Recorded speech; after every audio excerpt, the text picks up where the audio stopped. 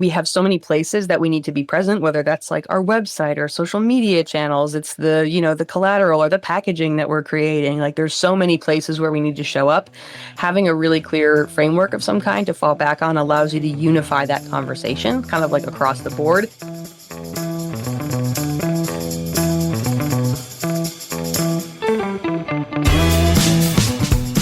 Welcome to the Agents of Change, the podcast experience you've been waiting for your entire marketing career. Search, social, mobile, AI, blockchain, and neuromarketing. These are the Agents of Change, and so are you. Digital marketing success awaits, and your transformation begins now. Welcome to the Agents of Change podcast, the podcast that's here to help you reach and engage more of your ideal customers online. My name's Rich Brooks. I'm your host. This is episode 603, powered by Flight New Media. This podcast is all about empowering you to be the best digital marketer you can be. But sometimes we need a little help. Maybe you need an expert paid search marketer, or someone to write SEO copy for your website, or maybe you need a whole new website. That's what we're here for. We are an extension of your team with the deep expertise in branding, design, and marketing to help you out of any jam and to make you look like the rock star you are. Interested in learning more? Visit takeflight.com, that's takeflyte.com, or use the contact form at theagentsofchange.com, and I'll get back to you directly. This week, we're talking frameworks. Frameworks turn the intangible tangible, the undefinable definable, the amorphous morphous? Is that a thing? Autocorrect says no, but language evolves, so maybe I'm just ahead of the curve. Whether limited to marketing or to your entire business, creating frameworks solidifies your ideas and makes them transferable to other people. In fact, you might even find that your customers do a better job of recommending you when they know and understand your frameworks. This past week, I was down in Philadelphia, Pennsylvania, USA, doing a full-day workshop on artificial intelligence. It's the first all-day training that I've done, and I think it went really well. At least that's what people told me to my face. This was my third time speaking to the LPA, the Laboratory Products Association, and the first time I did a hands-on interactive workshop for them. We worked on prompting, creating buyer personas, nailing down brand voice, generating copy, images, and video, as well as tackling AI assistance.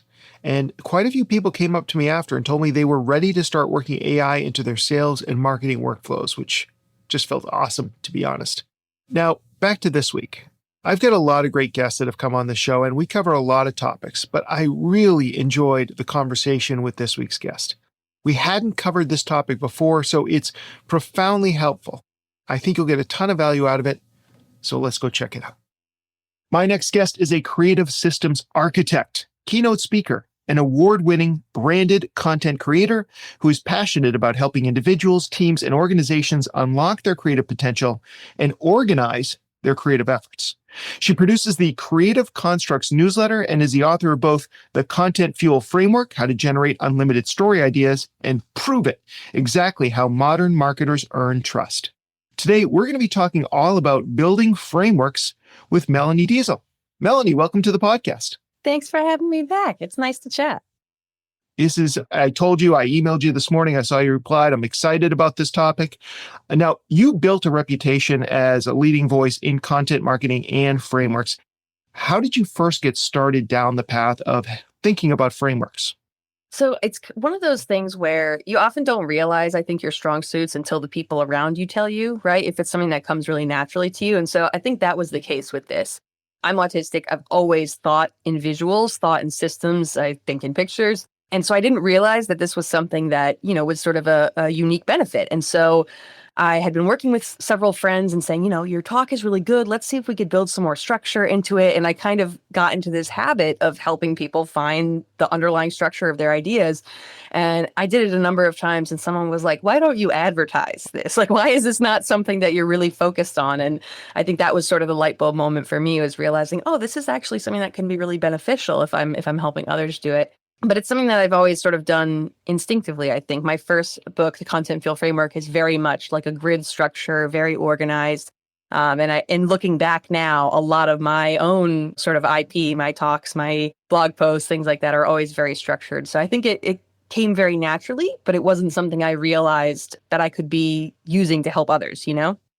Yeah, and I think that's great. I mean, there's a lot of marketers out there, myself included, who have used some sort of framework over the years. Yeah. Even back in the infancy of my company, I talked about the 4 pillars of web marketing, and then it was the bare essentials, BARE, of Yeah. digital marketing, so I think this makes a lot of sense. When people say to you, like, what's the value of having a framework? Why can't I just teach this? What's your argument for creating that framework? I mean, to be fair, I try not to convince people because I think if you're not sold on it, then like it's probably not the right fit for you because it is kind of abstract, right? But I see a ton of value in it. And I know that people who use the framework see a lot of value too. And a big part of that, one is just it becomes easier for you to teach because there's a clear way to do it. You don't have to reinvent the wheel each time. You can fall back on sort of reliable organization of that information. But it makes the information a lot easier for other people to understand and remember too. The example I like to give is like we all have some familiarity with like the food pyramid, at least vaguely, even if we're not using it on a regular basis. You're aware of, some foods you have fewer of, they're at the top, some foods you need more of, they're toward the bottom. But that's very different than trying to convey like the entirety of nutrition as a space, as a practice. And so I think having those frameworks, giving people something really simple allows them to retain that information better than if you had simply been given a list of like, here's how many servings of grain you should have per day, and hoping that that information sticks in there somewhere. Yeah, I definitely think the information becomes easier to digest and also Mhm. easier to remember when Yes. you learn about it in some sort of framework, especially if there's a catchy title to it or if things work together. When Yeah. I developed my remarkability formula, I had 4 lenses and they all started with the letter F. So There you go. those kind of things make it easier to teach people. Yeah. Well, I and it also makes have it easier. learned that. I was going to say it makes it easier for them to share it with others too.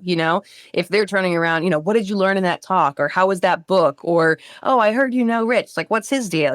What's he up to? It's so much easier for someone to turn around and repeat, oh, he's got these 4 F's, right? These 4 things. Or I learned this great process, the ABCD, or the 3 pillars of XYZ. Like, it's easier for them to relay it. And that helps you with, word of mouth and referrals and all that too. That's a great point. So basically, you can have people go out and be your acolytes because you've given them, instead of a bunch of information, you've Yeah, given them a small package or a briefcase that they can hand off to the next person. Excellent. Love exactly. that. So, we've talked about it. You and I are both content creators, but why do you think frameworks may be so powerful for any type of business, not just for content entrepreneurs? I mean, I think there's that sort of word of mouth factor that we just talked about here, right? Which especially in this like skeptical market that we're all operating in, I think getting word of mouth that way works so much better than a lot of the other options available to us. So that's definitely a bonus. But I think it really helps build a cohesive brand too. When we have so many places that we need to be present, whether that's like our website or social media channels, it's the collateral or the packaging that we're creating. Like there's so many places where we need to show up. Having a really clear framework of some kind to fall back on allows you to unify that conversation kind of like across the board. And that can include like your sales scripts if you're doing phone calls. It can include like the check-in experience at your brick and mortar location. Like having those pillars to fall back on, I just think makes everything feel a lot more cohesive. And it reduces decision fatigue, right? Imagine like you don't have to think every single time you're picking up the phone or writing a post or sending a confirmation email. Like those kind of templates and scripts just make things a lot easier. Oh my God, it's so funny. I'm literally working on a presentation right now, and I'm talking about decision fatigue and how Obama famously would only wear 2 color suits so he wouldn't have to think about it every single morning. It's Yeah, absolutely true. yeah. I feel like a lot of businesses struggle with differentiating themselves. How can creating a proprietary framework help them stand out? I mean, that's a really good point. I think in a world where your customers are not only skeptical, like we just talked about, but they're also looking at a lot of different options and may not be able to recognize quickly which is best for them or see the differences clearly. A framework is where you can show that you have a clear process behind things. So in a world where they're choosing between one or more coaches or one or more service provider, and it's like, well, they all do the same thing, but this one has a time-tested system, or this business, has the four key pillars. The other ones say that they're great and they're going to help totally, but these four key pillars they mentioned are the four things that I really need help with, and so that feels more tangible, right? So I think it allows you to make your case more clear, again, in a way that they can better understand, they can better share, that sticks with them longer. And so I think it really makes that whole process easier as long as you're clear on what those differentiators are and you can build that into your process, into your framework, then it becomes something that, again, helps you stand out in a world where everyone's just saying like, oh yeah, we do that. We do that. Like, sure you do. But what do you do differently? How do you do it differently in a way that I'm going to remember after this pitch or after this conversation?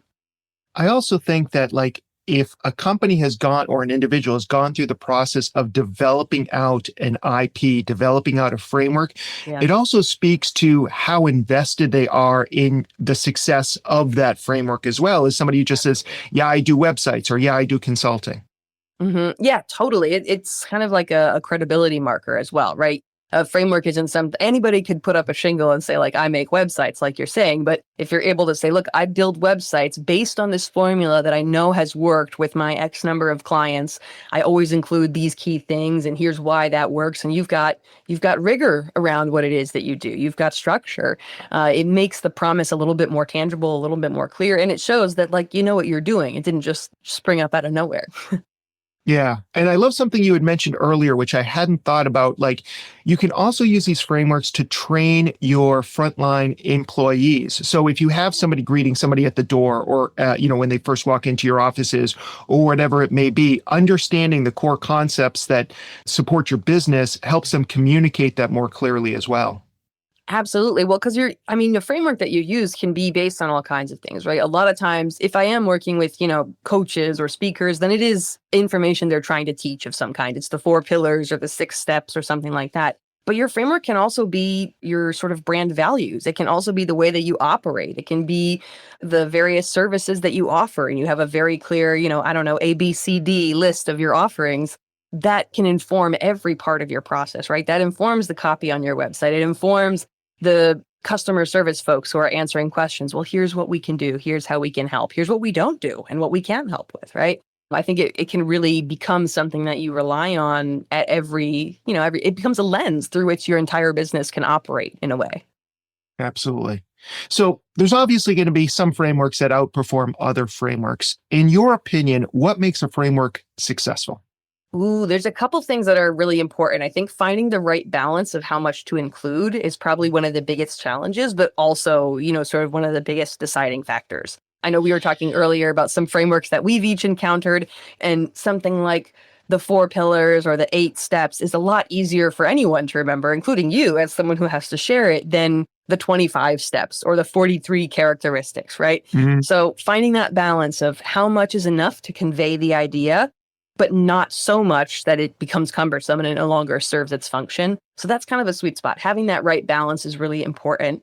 And then ultimately, as much as I hate to say it, like having a catchy name helps too, right? If you can get some rhyming in there, or like you mentioned, your four that start with the same letter, like those kinds of things, those mnemonics really do help people internalize that information. So the key thing though is you have to do that last. That's the hardest part, because sometimes people start with a catchy name and they try to shove it in there, and it kind of backfires a little bit. But I think that right balance of information and then a name that makes sense to help them remember what that information is are two things that will be really important.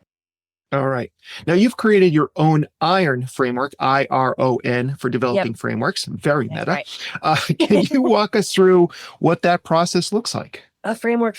Yeah, you got it. You have to have it, right? But yeah, so the first thing, the key thing, and I touched on this a little bit, is you've got to find that information first. So the very first thing you need to do is figure out, what is it that I'm trying to represent? What's the information that I am trying to convey in this framework? So this is where you're deciding, is it our process? Is it our criteria? Is it the steps? What is it that we're trying to teach? What's that key information? Once you're really clear on, I think I've got all the information I need to convey, now the question becomes, how is that information related to the other information. So this is where you start to ask really important questions about the hierarchy. Are all these things equally important? Do they fall into some categories? Are they in some sort of sequence? Like, how do all these important pieces of information connect to one another? After that is when you start thinking, well, okay, now for the operation. What do I want people to do with this model? Is it something they're going to score themselves against? Is it something they're going to move through like a process? This is where kind of the shape comes into play, right? We're seeing there's hierarchy, there's movement along a spectrum, for example.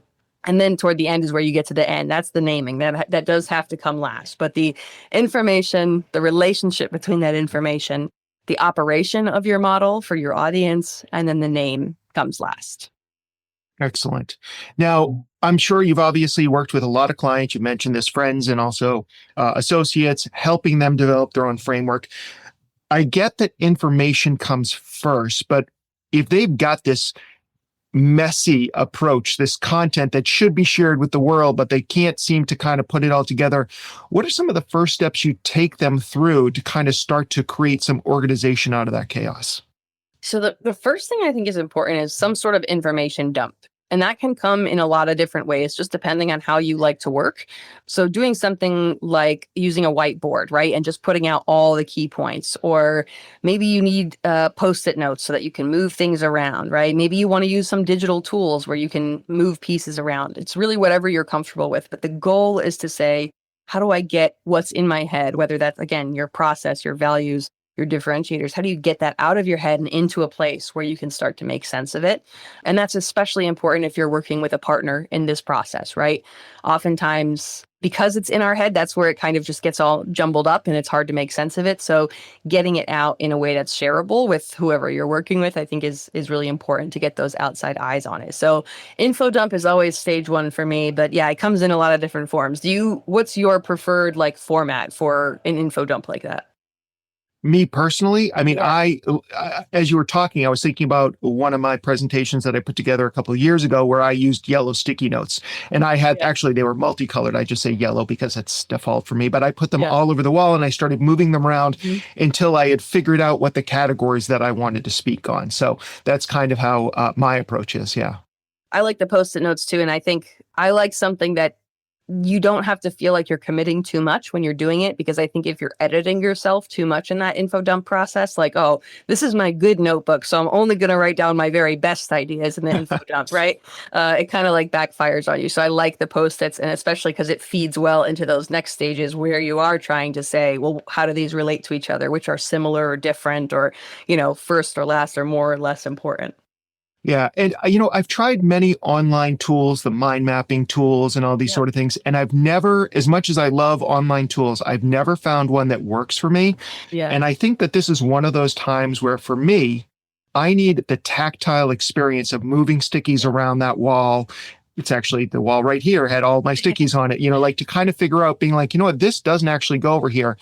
And even though this was really important, I realized that it doesn't fit into this framework. Mhm. Save this for another presentation. And I've done that Yeah. before too. So some things just get left on the cutting room floor. Yep. You kind of touched, and the one thing I was going to say, and I usually don't talk this much during an interview, but I'm so loving this conversation. I just have to Yeah. share some things with you. So the other thing is whenever people talk to me about, oh, why do you like to present in person? And my whole thing is like, until you have to teach something, you don't really understand it. It's this Mhm. muddle in your head that's not as clear as you think it is. And then you start saying it out loud and you realize, oh, this is an absolute mess. So putting it into a framework that you can hand off to somebody is so critically important. So I love everything that you're sharing with us today, Melanie.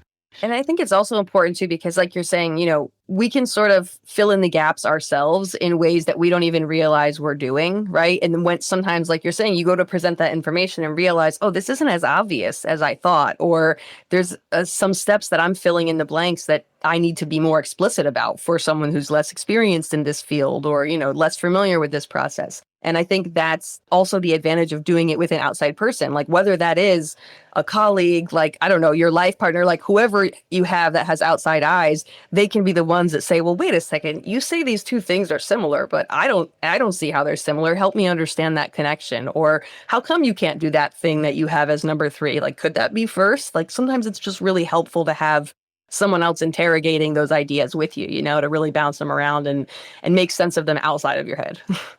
Absolutely. So you touched on this before, but when developing a framework, you don't want to have like the 47 or the 113 steps or whatever it may be, or Yeah. too many pillars. So how do you strike the balance between sharing enough to be clear and useful, but not so much that you overwhelm people? Yeah, it is definitely a fine line, and it's hard to have one sort of piece of advice or one line that we can all abide by, given how different, how varied all the frameworks are and how many different things we teach to different audiences. The way you might teach a room of 5-year-olds, a room of plumbers, and a room of executives might be different. The way they like to learn, the language they use. So it's hard to say exactly. But my goal is always, I want someone to ask me questions because they want to learn more instead of because they don't understand. And I think when you play around with your framework, you can kind of get to that sweet spot where someone says, oh, yeah, that makes sense. Now tell me how you do that, right? Or, oh, yeah, I think I could use that. How do you work with people, right? You're getting the I want more information because I'm curious and not, okay, well, what do you mean? What does that mean? How does that work? Where the questions come from a place of curiosity instead of a place of confusion. And that's where, to your point, using it out in the world, sharing it with people is sometimes how you find out if you've hit that sweet spot or not. Yeah, that's absolutely brilliant. I love that. So we've talked about the importance of naming and finding something maybe with alliteration or rhyming. And the funny thing about rhyming is I'm sure you know, is there's actually psychological research that shows that things that rhyme are more believable and seem to be more truthful to people, which is crazy. Yeah. But, we're irrational creatures. So talk to me a little bit about that naming process. Yeah. We obviously don't want to put a square peg into a round hole, but what are some of the ways that you help your clients find that naming structure that's going to work for them? So part of the reason why, some people think I'm a stickler, but part of the reason why I stress so much that naming needs to come at the end is because early on, we don't necessarily know what we're dealing with. Is this a process? Is it a pyramid? Is it a ladder? Is it a flywheel or a cycle? Understanding how those ideas relate to one another and how people will use it helps you determine how to name it, right? So once we make sense of it, it becomes easier to see what our options are. Generally speaking, I rely on either a name that tells what it is or a shape that tells what it is. So if we get really lucky, if we have a pyramid or a flywheel of some kind or something where the shape of it helps us understand the information, then we can be a little more creative and a little less literal with the name. When you look at the food pyramid, it wouldn't really matter, something like Maslow's hierarchy of needs. It's okay to shove your name in there and make it a little bit more about you, because hierarchy of needs in the shape of a pyramid is pretty easy for people to understand when they see it visually. If you don't have that inherent shape, it becomes a little bit more important for the name to do the role of helping people remember. So that's where something like an acronym or having all the letters be the same or something similar, an ABCD, for example, becomes a little more helpful. When the information itself won't visually cue how it sets up, then you want the name to sometimes help set it up in a particular order. So yeah, acronyms are one of my favorites. And if that's the route we're going, my favorite method also involves either a whiteboard or Post-it notes. And so I'll basically have, here's our key ideas. They must go in this order. Let's get all the synonyms for each of those down and let's see what we can find. Maybe sometimes it spells a word, or we can get them all to be F or all to be S or all to be P or whatever we need them to be. But a lot of thesaurus and figuring out if those words mean what we think they mean. Because that's the other thing that happens sometimes is you're like, oh yeah, well, I love using this particular term. And then you read the definition and you're like, wait a second, that's actually not the best word for this category of ideas, right? So it's a fun wordplay process, but generally we're trying to figure out, does the visual explain it or does the name need to explain it, and kind of go from there. So one thing you mentioned and I hadn't thought of is this idea of structures. So as somebody's sharing their ideas with you and you're working with them, how do you decide oh, this is a ladder, this is a pyramid, this is a flywheel? Do you have a set number of structures and you're like, I'm going to apply this to this? Or is it literally something else happens where you're like, I think this would be easier for people to understand if we use this shape? It can come in a couple different forms. So it's part of, again, why that relation and operation phase is really important toward the middle. Once we have our ideas, when we have the answers to those questions, must they come in a specific order?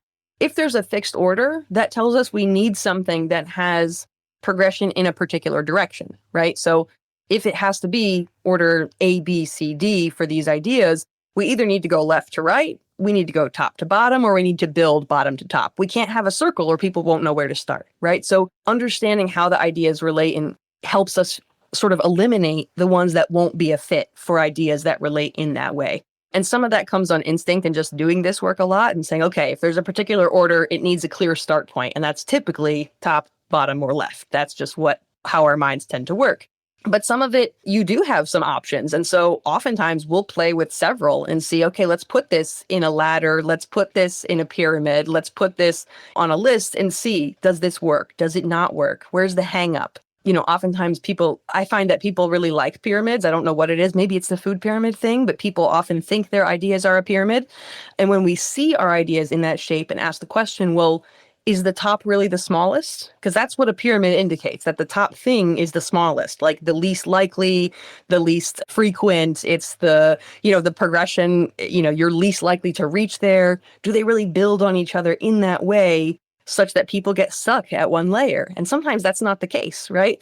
So, that's where, again, it's just playing around with those ideas and sometimes seeing them in all those different shapes helps you see, no, this isn't quite right. I'm sure you've seen some frameworks out in the wild that work better than others and some that just fail ultimately. What are some of the common mistakes that you see businesses make when they're trying to create their own framework? The number one mistake far and away is I can always tell when someone picked a name first and then forced their thing.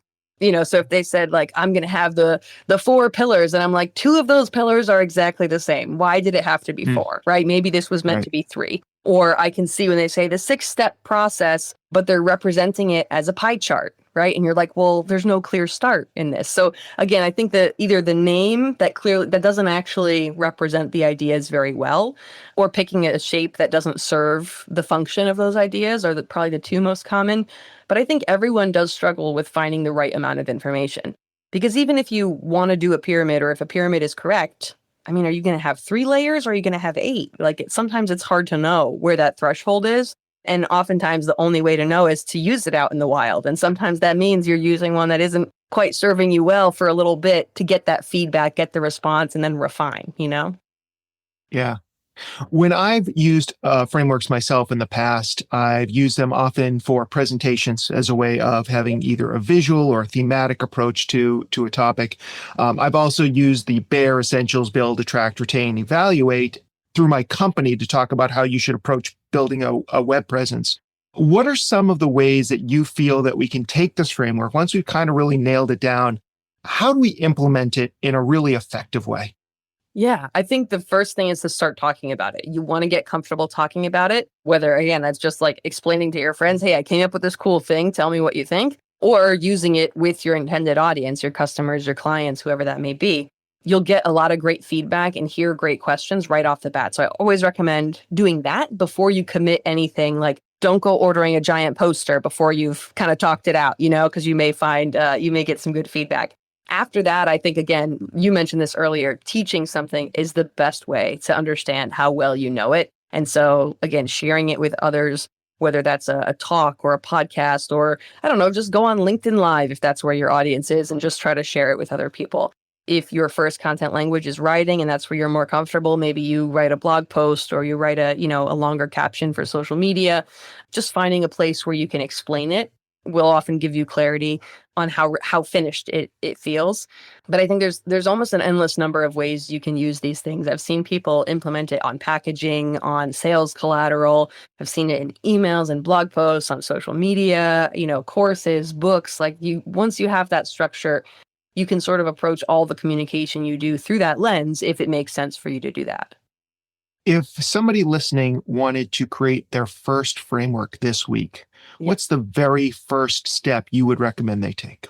I think the first step will be that info dump. Do your info dump. Again, choose whether it's Post-its or whiteboard or scratch paper, just get that information out and then find a partner to help you sort through it and figure out how it all relates. You really have to make sense of what you're working. You need to know your ingredients before you figure out what you're cooking. And so making sense of that ingredients list is going to be really clarifying, and understanding, getting sort of a thought partner to bounce it around with and fill in any gaps will be really illuminating for you. And that's where things kind of start to take shape, or you start to rule out shapes too, as you're seeing how they relate. If that's something that feels a little intimidating, I know we talked about, I do have a worksheet on my website that kind of gives you some key questions you can ask at each of those phases. But I think once you start with intention, dumping those ideas out and asking questions about how they relate to each other, are these the same, different, more or less important, sequenced in any way, those structures usually start to kind of emerge from the cracks. All right. Now, I'm not sure if this is what you just teased up, but I do know that you've got some resources like your iron cheat sheet and framework inspiration doc. How can people get access to those? Yeah. So on my website, melaniedeziel.com, there's a whole section in the store that has like printable resources. So yeah, we have the iron framework cheat sheet that walks you through questions you can ask during each of those phases: information, relation, operation, and then naming, to help you make sense of your ideas. And if you don't think visually quite as instinctively, or if you want some inspiration to sort through, I also have a huge PDF that has a bunch of sample frameworks. So every kind of shape, with 6 pieces of information, with 10, with 2, to kind of walk you through some different options. Because again, I think sometimes playing around with those and plugging your ideas in is the best way to get a feel for if it makes sense or not. So both of those are available on my website for you to play around with. All right. And Melanie's last name is spelled Deziel, but of course, we'll have all of those links in the show notes. Melanie, people want to connect with you online. Where can we send them? Well, your best bet is probably to find me on LinkedIn. That's where I tend to talk most about frameworks and things of that nature. But there is only one of me spelled that way. So if you look for Melanie Deziel, Deziel, you will find me on your network of choice. And I'm happy to connect and see all the awesome work that you're doing. Awesome. Melanie, thank you so much. This has been such a fun conversation today. Yeah, thanks for having me. For a full transcript and the show notes and blog posts and everything that Melanie shared with us, including those links over to her website so you can get started on your framework journey, all of that's available at theagentsofchange.com/603. I got a lot out of today's episode, and I've been using frameworks almost my entire career.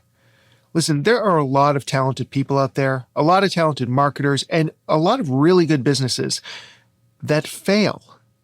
Sometimes because they can't communicate their value in a way that sticks.